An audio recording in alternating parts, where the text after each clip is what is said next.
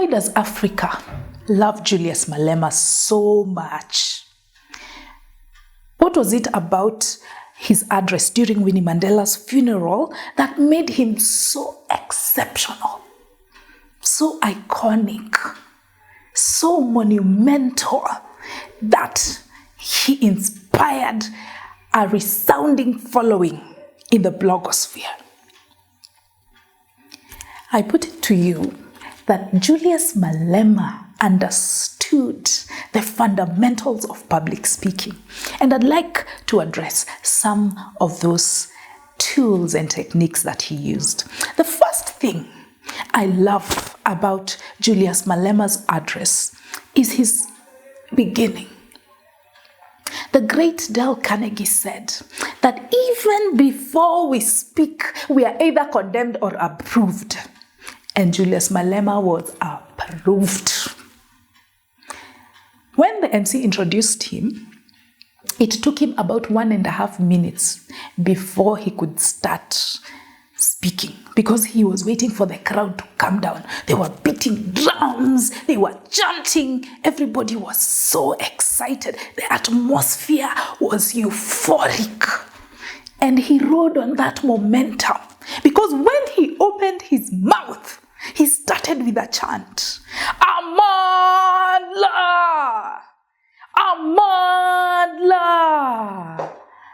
Long live the undying spirit of Winnie Mandela. Long live. Long live the fighting spirit of Winnie Mandela. Long live. Long live the defiant spirit of Winnie Mandela. Long live. Amandla. Wow. He had them eating from the palm of his hand. If he told them that up was down and down was up, they would have believed him. He was a genius in that regard. The second thing I loved about that address was the fact that he was authentic. Julius Malema established credibility and let the world know who he was from the very beginning. He laid out his party manifesto in a very unusual and captivating way. And he did that through the use of yet another chant. And that was right at the beginning. He said, "Forward to the expropriation of land without compensation, forward, forward. Forward to the nationalization of banks and mines, forward, forward. Forward to economic freedom in our lifetime, forward. Amandla." From that, we could tell what Julius Malema is about. And it was noteworthy.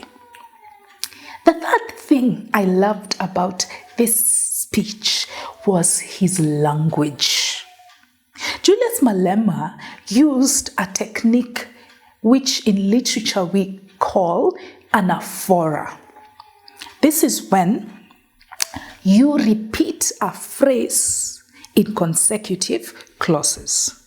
Towards the end of his speech, he says, "Fellow fighters, let us mourn our mother. Let us mourn the death of our mother in dignity. Let us demonstrate the highest level of discipline. Let us not be reactive." You see, he repeated the phrase, let us, let us, let us. Then still in that section of the speech, he says, "We do not need them to tell us who Winnie Mandela is. We do not need George Fibers to tell us who Winnie Mandela is. We don't need Stratcom to tell us who Winnie Mandela is." He repeated, we don't need, we don't need, we don't need. The other tool I found that worked perfectly for him was the use of repetition. In fact, that's why he created a huge Twitter storm from the phrase, "Mama, they are here. You did not tell us how to treat them. I am waiting for a signal." That phrase winds steadily throughout the entire piece. It colors it, it flavors it, it raises it up far above what it could have been if he didn't use it. What an oratory master.